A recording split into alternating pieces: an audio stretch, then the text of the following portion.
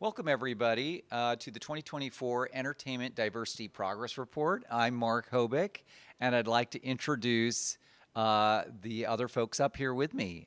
To my left, immediately, is Kamala Avila-Salmon, who is the SVP and Head of Inclusive Content for Lionsgate Pictures. Thank you for having me. Thank you for being here. And then on Kamala's left, we have Carolyn Finger, who is our SVP of Customer Success and Product Specialist at Luminate. Thanks for both of you being here.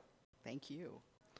So before we jump into the actual report, I want to just quickly talk a little bit about our justice, equity, diversity, inclusion data, because that's really what drives the study. And our JEDI data is comprised of 1.5 million individuals, mostly talent, writers, producers, directors, and actors. And it is all data that's collected based off of how people personally and publicly identify, which is really important when we're talking about this very sensitive demographic data. In addition to that, the data set, it's really the premier data set leveraged by the entertainment industry. It's currently powering Amazon Studios' Inclusion Playbook, CAA's Amplify uses it, Netflix uses it for its inclusion efforts. So it's used throughout the industry, but that's really the underpinnings of what we're seeing here. So moving forward, I'd like to talk a little bit about the methodology. Carolyn, do you want to just take us through kind of how this report was collected? And just for everybody listening, this is our third year doing this report, so the methodology has evolved a little bit over time. Absolutely. Happy to. Also want to give a little shout out to you, Kamala, because you just launched Story Spark. Which is a really amazing engine to drive further inclusion moving forward. Indeed. And can you tell us a little bit about Story Spark before we move forward? Sure, absolutely. Thank you so much for recognizing that. So Story Spark is something that we are so excited about. It represents almost 4 years of work at Lionsgate for me and my team. So shout out to the inclusive content team.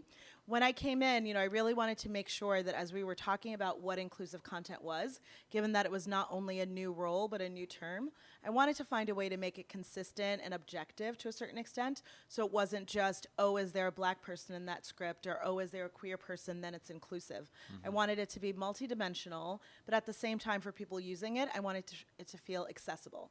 Right? Inclusive content and understanding what makes something inclusive is not just something that I have access to because I have this job or because I'm a black person or because I'm a woman. Anyone can ask themselves a set of really simple to answer, but like really introspective questions about what is the level of representation, portrayal, and inclusion in the script, and then be able to get clear direction on how to amplify that in order to make content that resonates more broadly and more commercially. And I think that representation is something we're going to talk about right now in this report. So I'll hand it off to Carolyn to talk about the methodology. Yeah, and let me just say, one of the things I loved about the framework that you've created is when you're going through it as a creator, you're able to, it really reminds people, hey, if you haven't defined this, or if you don't have to define this, let it be open. So that you can be open to all the possibilities in terms of casting and who could be in this role. I just thought it was really wonderfully done. Awesome, thank you. Amazing. Now for the really exciting part, data methodology. Yes. Okay, so this report is covering 2021, 2022, 2023, and we tagged a project to be included based on its release year. So the demographics that we're looking at are ethnicity, gender identity, LGBTQ+, and ability. In terms of the projects, we're looking at film and scripted TV and streaming series. We're looking just at scripted and live action. So there's no reality series and there are no animated projects included.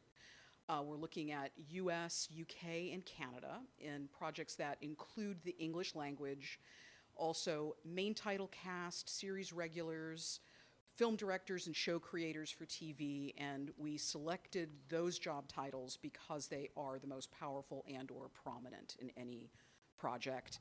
The study includes many communities. We are restricting ourselves because of time limitations today to the first four, which are gender, Black people, LGBTQ and Latin Hispanic people.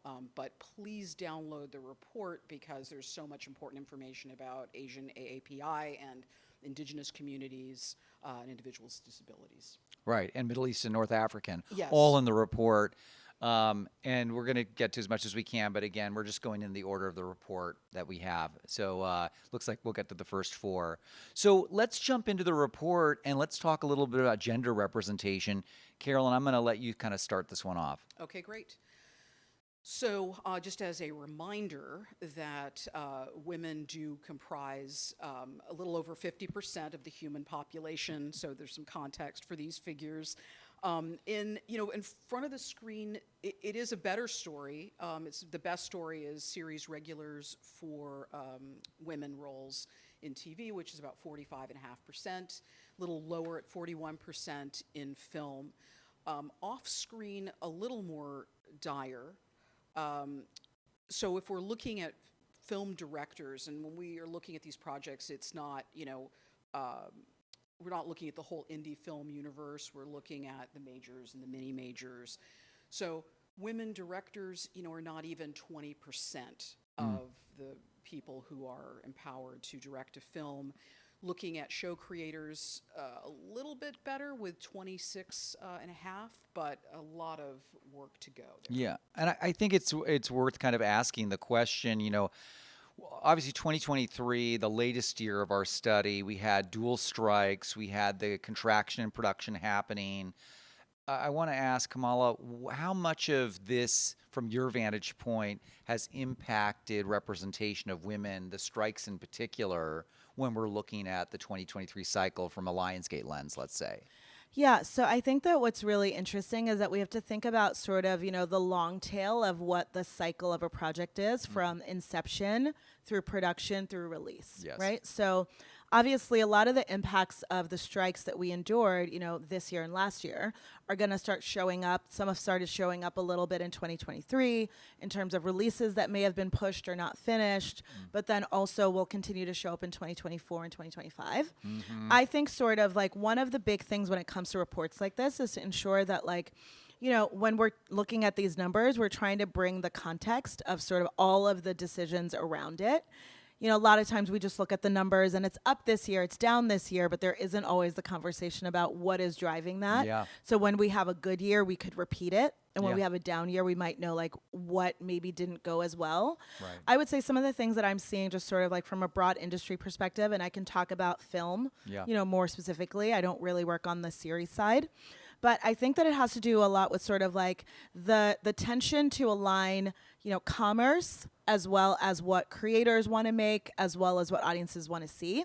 And a lot of what we're seeing on the theatrical side is a lot of focus on action and action adventure and superhero and big 4-quadrant movies. And I feel like a lot of the work that we have to do is kind of get beyond some of the myths that do exist about what kind of content women want to make. I know plenty of female filmmakers that are very interested in making action films, action adventure, superhero, and we're starting to see people get those opportunities. Yeah. I think also genre proliferation in the marketplace is really important. Making sure that we continue to churn out comedies and dramas and all the different things that audiences do like. Yeah. We had done, the work that we'd been doing really starting in 2020 and 2021 really did yield significant increases in female directors in our slate over the last couple of years, which we're really proud of. And not that the work is done, Yeah. not that we're taking our eye off the ball or taking a victory lap, but I'll just say that it was a really concerted effort, not because it's difficult to find female directors, but because anything that you're trying to work on only gets better with intention. Yeah. And so my invitation to the industry would be to think about at your studios or production companies, if this is a priority for you, how do you set that intention and really seek out those filmmakers that want to tell those big stories that can bring in 4-quadrant audiences? Because we have to get beyond the idea that men tell stories for everyone and women tell stories for women, and Totally. so on and so Yeah. forth. Absolutely. Thank you.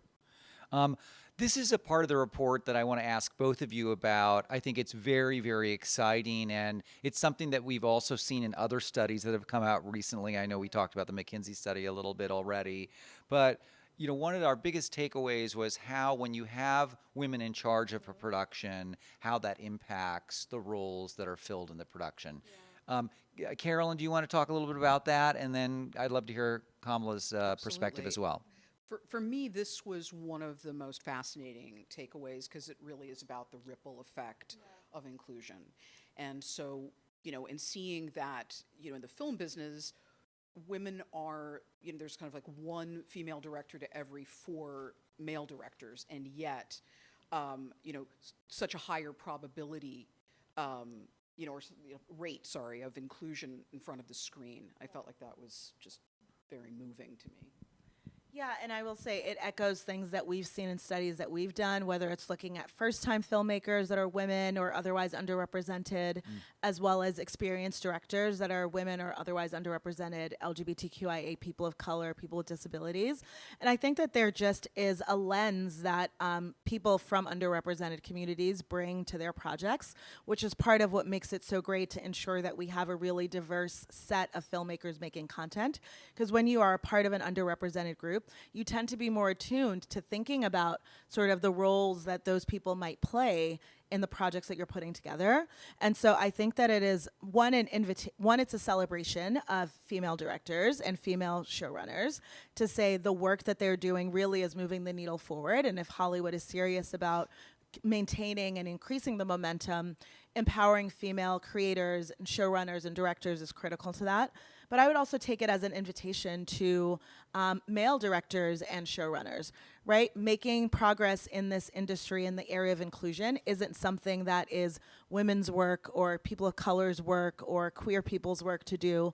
Yeah. We all can be in the business of opening more doors. So I would say, this is an opportunity to maybe look at something that maybe hasn't necessarily been highlighted and think about sort of how, if you are a storyteller that's coming from one of the more dominant groups in Hollywood, whether that is a man, a white person, a straight person, whatever that is for you, how can you tell stories that include those people? I think that this is a great invitation to do that, as well as a celebration of the work that women and other underrepresented groups are doing. That's really well said. And I think that dovetails kind of beautifully into, and something that I'd like to ask you about is, let's discuss how specific women are really leading the way by creating opportunities. And we have some people that we've identified here, Quinta Brunson, for example, Greta Gerwig, Ava DuVernay.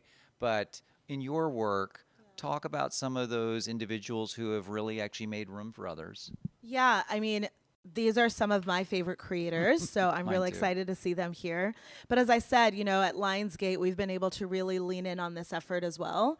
And so whether it is directors like Adele Lim, who created Joyride for us, or Kelly Fremont Craig that created Are You There, God? It's Me, Margaret, and there are others. I think that what we've seen is that in partnering with female filmmakers, the stories that are coming forward are really diverse, really inclusive, just authentically. And then also, I think, just really inviting. And so I love that, Quinta and Greta and Ava are really, leading that charge. And I think that there's a lot of female filmmakers and creators coming up behind them that are going to be able to walk through the doors that they have opened. So I feel like I always think about, so what can we do on the gatekeeper side? How do we ensure that door remains open and we continue to empower more? I think it's really building those relationships.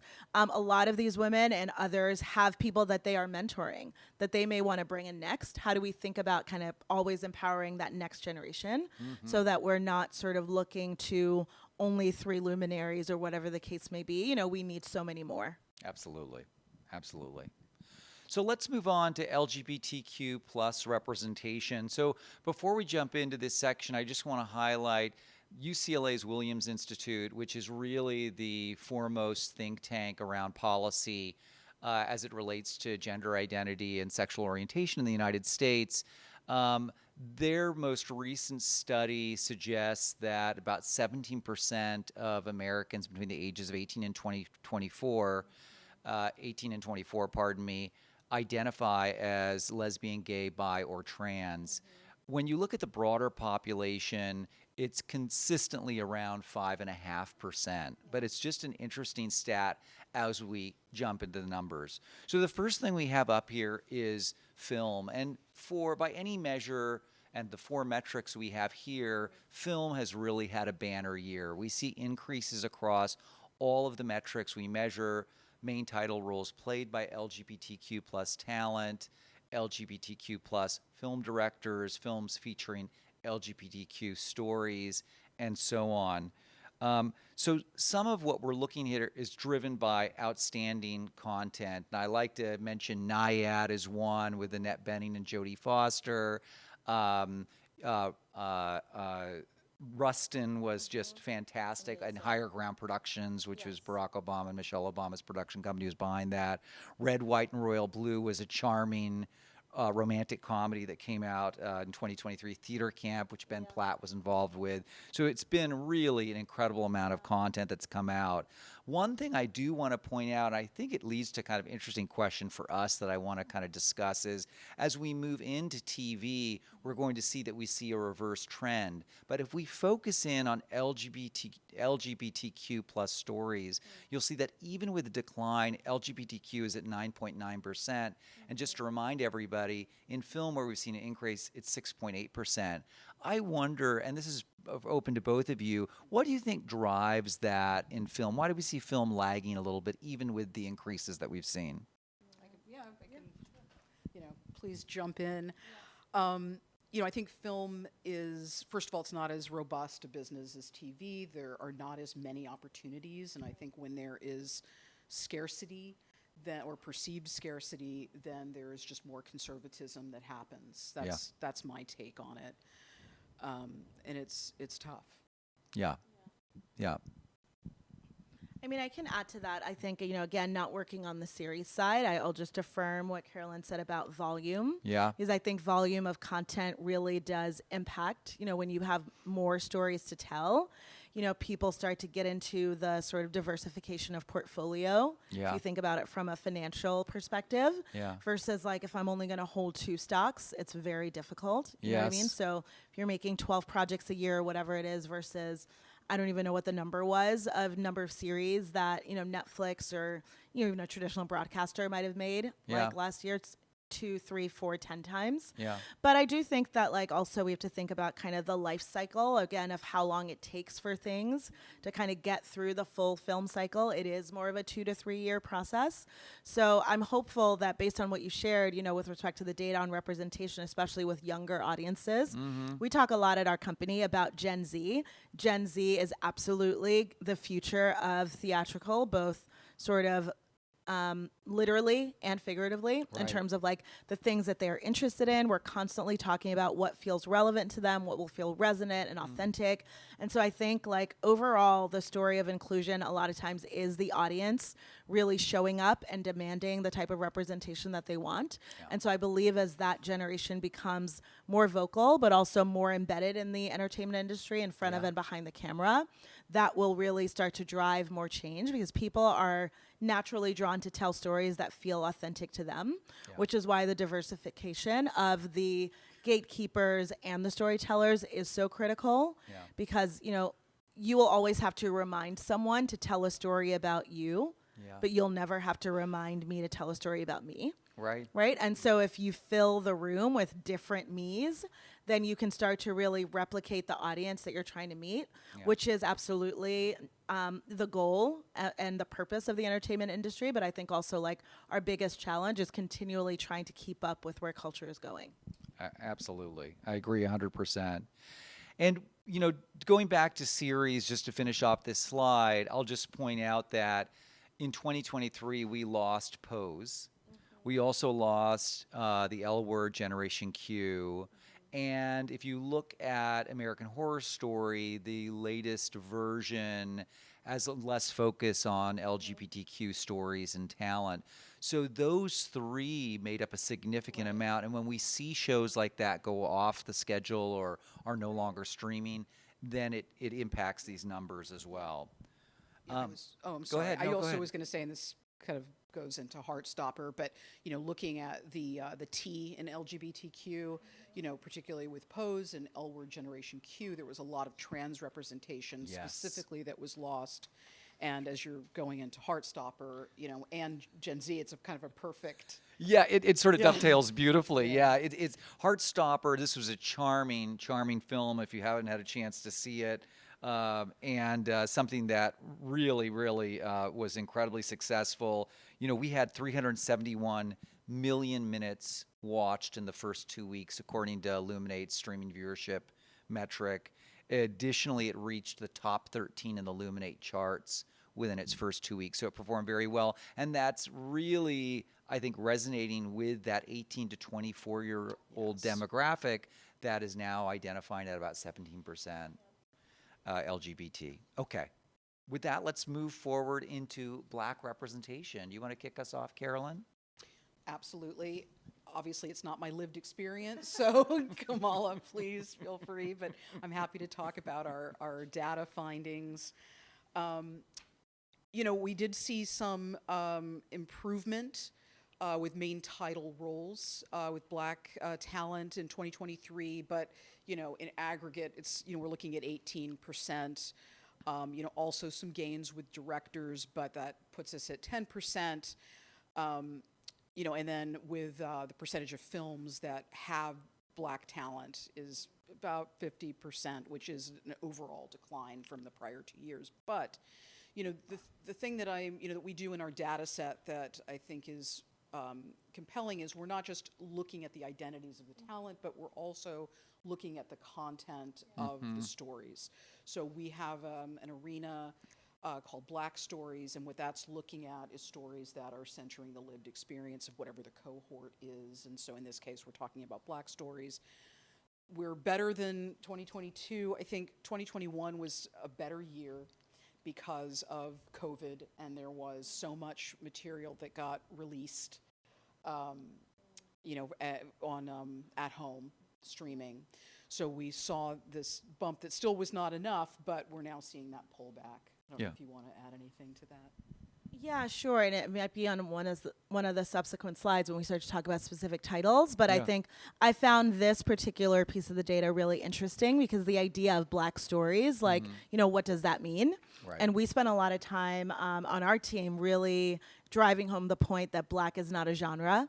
Yeah. Right? Are we talking about a crime story, a horror story, a rom-com, action adventure, superhero, whatever it is?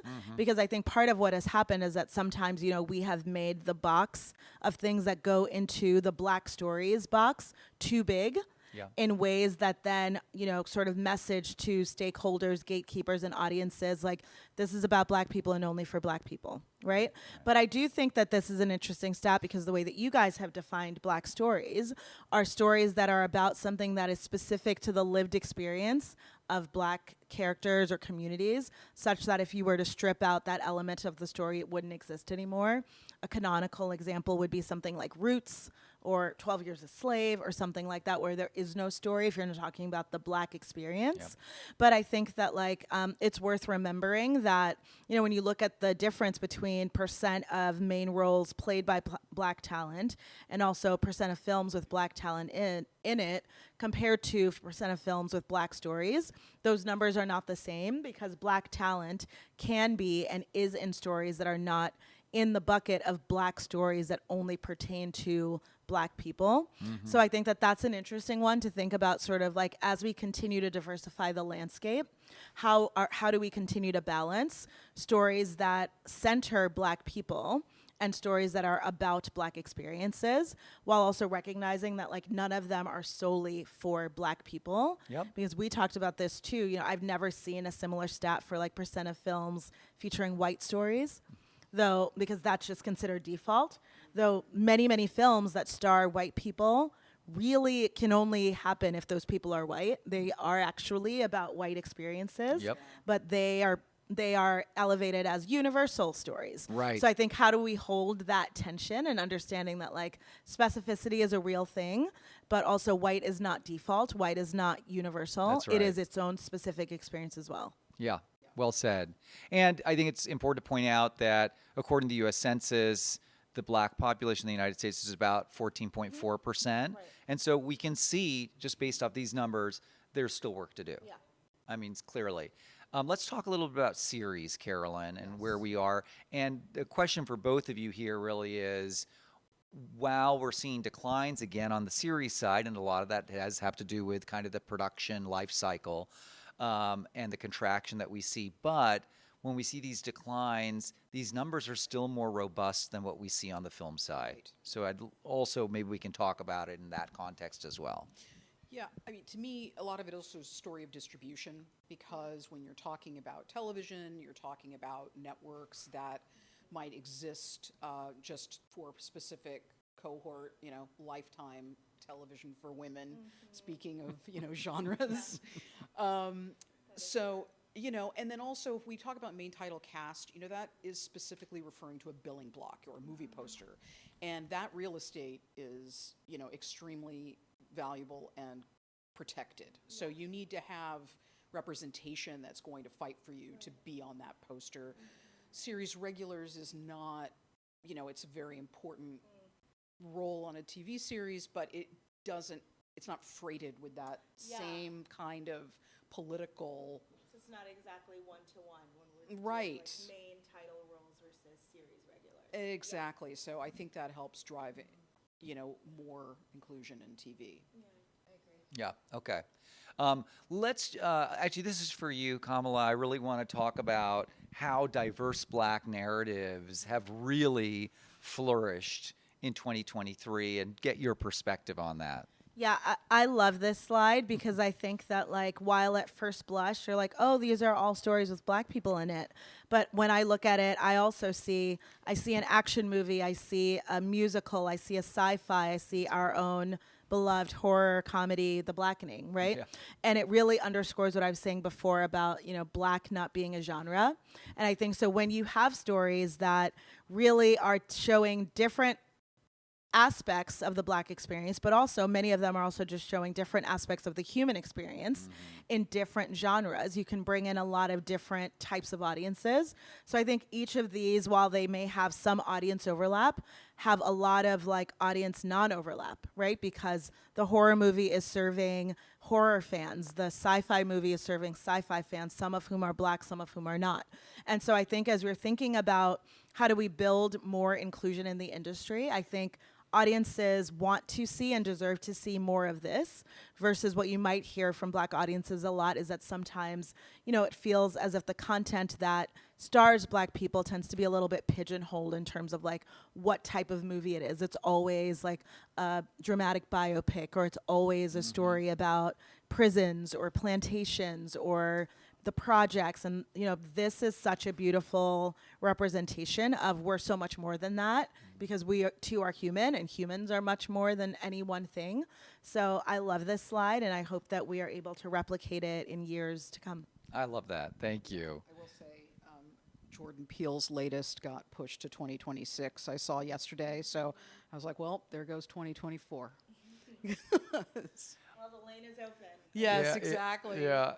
I think it's important we also talk about the role that Black series creators have had in creating opportunity and giving room for other Black stories and talent. If we look at Tyler Perry and Shonda Rhimes, which we identified in our last year's report, we had, if we look at the 2022-2023 season, there was something like 100 series regular roles just between the two of them for one season.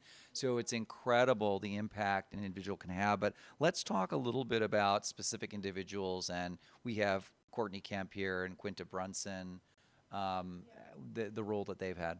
Yeah, yes, and there's such a huge kind of entrepreneurial presence there, and with Courtney Kemp, with the Power kind of world, that is a franchise, which is, Universe, which is amazing, and then Quinta Brunson, it is so hard in the comedy space right now in general, and in the broadcast network space, and I know it's now being co-branded with Hulu, but that of itself for anyone. And also I just think that narratively, Abbott Elementary does such an amazing job of also really centering the experience of under-resourced children in a way that is just not, hammering you over the head. It's like a really universal story. And anyway, can't say enough.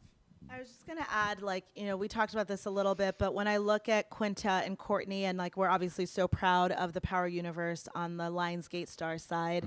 And this is something that Lionsgate has done over, many years of its existence, whether it's the first deal with Tyler Perry, acquiring Precious and Dear White People, and a lot of others.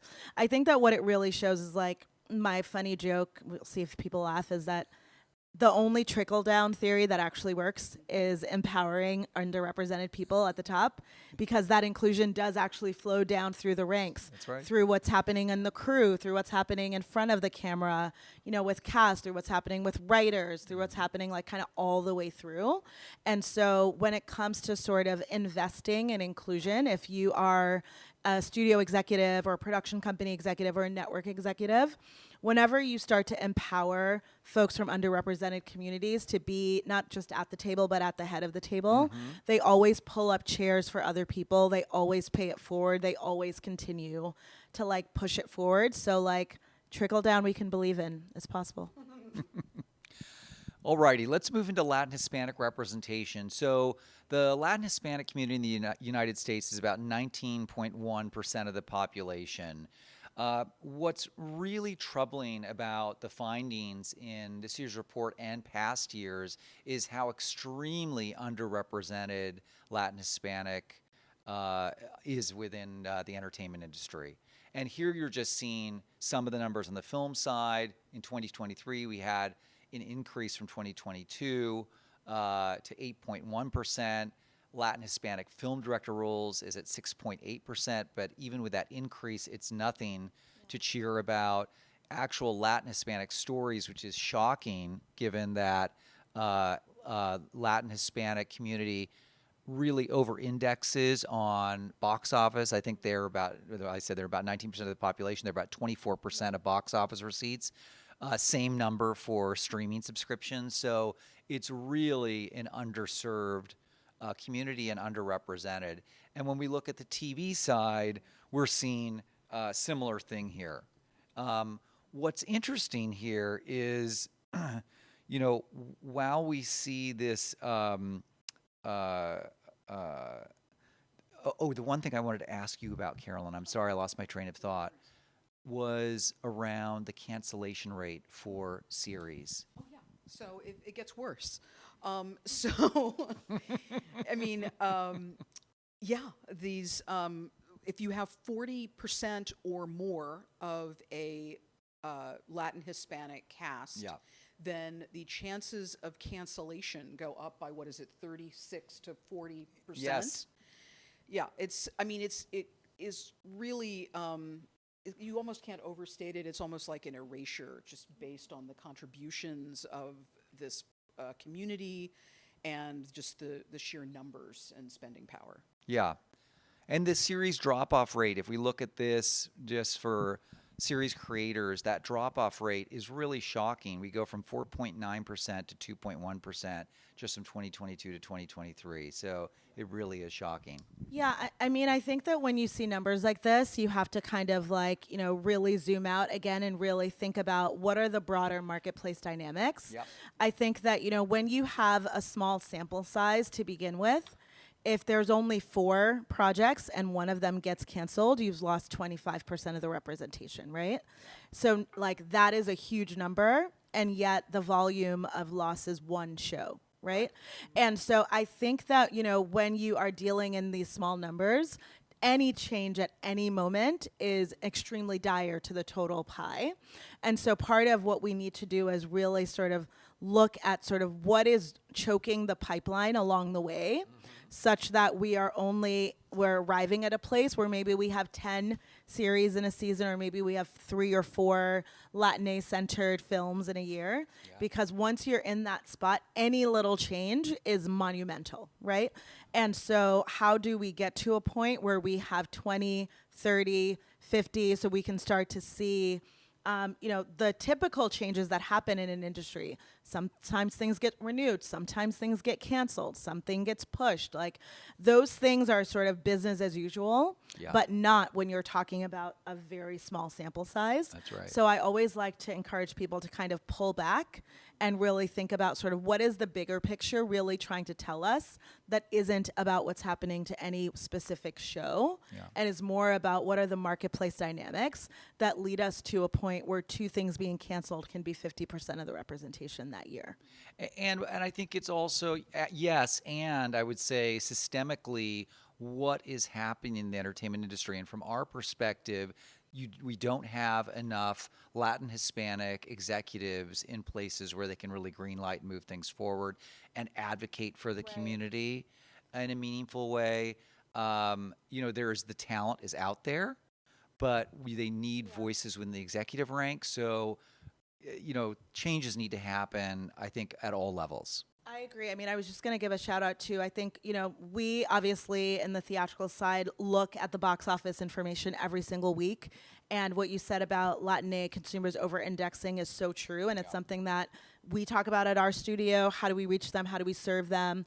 Every studio is talking about that. I'll give a quick shout out to some of the films that we've released recently where we've enjoyed really great success in partnering with Latinx talent and really being able to bring out the Latinx audience. Both the latest Hunger Games movie, Boss, having Rachel Zegler in it, huge for us and really definitely showed in the audience, as well as we just had a release a couple weeks ago, Strangers, a horror movie that had one of the co-leads was half Mexican and was able to do the full circuit of, authentic, like in-market Latinx press in Spanish, and not saying that like the only way to reach that audience is to speak Spanish. Obviously, there's a huge acculturated English first Latinx audience that also looks to be served.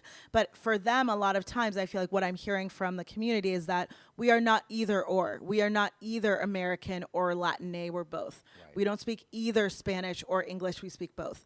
And it resonates in a different way when you're able to actually deliver authentic casting and authentic stories.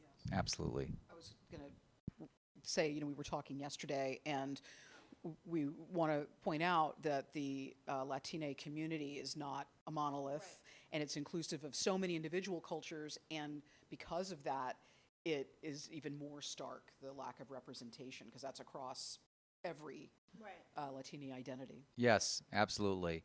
So we're just getting close to the end. I want to touch on Academy Awards. And Carolyn, I'm going to kick this to you, actually. Let's look at kind of what we pulled out in the study from our Academy Award analysis. Okay, so we saw that, the nominations have been higher overall than the pre-2019 period, but, the peak really was in 2019. We're holding steady in nominations from 2022. I think a lot of this has been driven by the new AMPAS rules for Academy members and also the nomination rules. In terms of winning in the major acting categories, though, looking pretty good at 75% over the past few years. Yeah. Now, Kamala, I want to ask you, the brilliant April Rain was the one who coined Oscar So White. It's hard to believe that that was 9 years ago. Yeah. And from your perspective, particularly on the film side, what do you feel like has actually changed? I mean, I think that so often in this work, like we really have our consumers and our activists and our commentators and our thought leaders and opinion makers to thank for a lot of the progress. Like, what April said had been true for long before that. Yeah. But in coining it in that way, it made everyone really pay attention, right? And so both inside of the Academy with respect to who the members were and who was actually voting, a lot of effort went to really diversify the ranks. And you're starting to see it show up in who's getting nominated and who's winning. But then I think also inside of the studios, it's really thinking about sort of like, who are we putting forward for the films that are the most likely to be lauded by the Academy? Because I think we also have to recognize that, like, there are a lot of different genres of film that are produced every year, and not every genre is equally likely to end up being shortlisted for an Oscar. And, that is maybe something that will continue to be discussed by the membership as it continues to change. Whether or not, like, how does the Academy think about horror movies and action movies and comedies and, the broad array of genres of film that people act in and that audiences really love. Because if you are narrowly focused on, dramas or certain sort of serious type of filmmaking, there are fewer of them. So again, you're getting to like small sample size. Yep. And then they tend to be populated by, fewer people of color, fewer underrepresented people overall. So then that overlap really makes it really challenging. But I think that, though it's only been 9 years, it's already been 9 years. And I think the conversation, it is evergreen every year. Yep. Right? We will no longer go through an Oscar season where someone doesn't at least think or interrogate whether or not is Oscar so white again this year. Right. And like some years are better than worse, but or better than others, but I think that it's made it a consistent part of the conversation, both at the Academy and out in the world with consumers, which will continue to put the pressure on to really broaden our horizons on what great acting looks like, what great film looks like, and who is in them. That's wonderful. I so appreciate that. This is our last section, and this I really have to give you credit for, because we had this conversation at our Data Entertainment Summit, and we were talking about the correlation between diversity, particularly on-screen diversity, but also behind the camera, and performance. Right. And because we have access to a panel of 2.5 million connected TVs or smart TVs, we're able to see really robust and specific viewership, particularly in streaming. And so what we did was we analyzed the top 100 series and the top 100 films across 2022 and 2023. And indeed, when we looked at the top 100, the top 20 had a higher rate of representation than those outside of the top 20. And what you're seeing there is consistently 4 points more diversity in those titles in the top 20. When we look at film, you're seeing that increases even more for 2023. There's an 8-point difference, 67% versus 59%. So that was really something, first of all, I think good to see, and I also like the trend line where we see everything increasing in terms of representation there. Yeah, I mean, I will just say, like, I do think that this is one of the most exciting data points, and it continues to be true year after year. Another joke that I tell a lot is, diversity is the one defended that can't just get off. Every year it's tried again. And it's like, exonerated again. Diversity was good for the business this year again. For a 20th year in a row, it is good if we do this. But I do think we have to continue to highlight this data and really show it, because I think it also can get at one of the sort of more pernicious and sort of longstanding obstacles that we have sometimes, which is the assumption that if there are black people in it, only black people will want to see that. If there's Latin people in it, only Latin people will want to see it. But if there's white people in it, it's for everybody. Right? The truth is that there are plenty of non-black audiences that want to watch content that centers black people. There are just as there are plenty of black audiences that will watch things that don't center black people. Right? Representation is important, both in the form of, like, I want to see people that look like me, but also I want to see people that don't look like me. Part of the whole storytelling assignment is to be able to get into the lives and hearts and minds of people that you are not, and find the ways that you have things in common with them. I think we all really appreciate that in stories. So I feel like one takeaway that I hope people can take from this data is that, because to land in the top 20, you can't have only black audience. You can't have only Latin audience. You actually are getting a mix of audiences, which means that you're getting a very healthy proportion of people that don't identify with that group, that are watching content that centers that group. And I think, like, if that is the fear that maybe people have from an economic perspective, that I'm narrowing my commercial opportunity, I think that the reverse is true. You actually are broadening your commercial opportunity, which, if we like money, which I heard we do, that's good news. You're preaching to the choir now. Thank you so much to both of you. This has been such a great conversation. Really appreciate it. Thank you.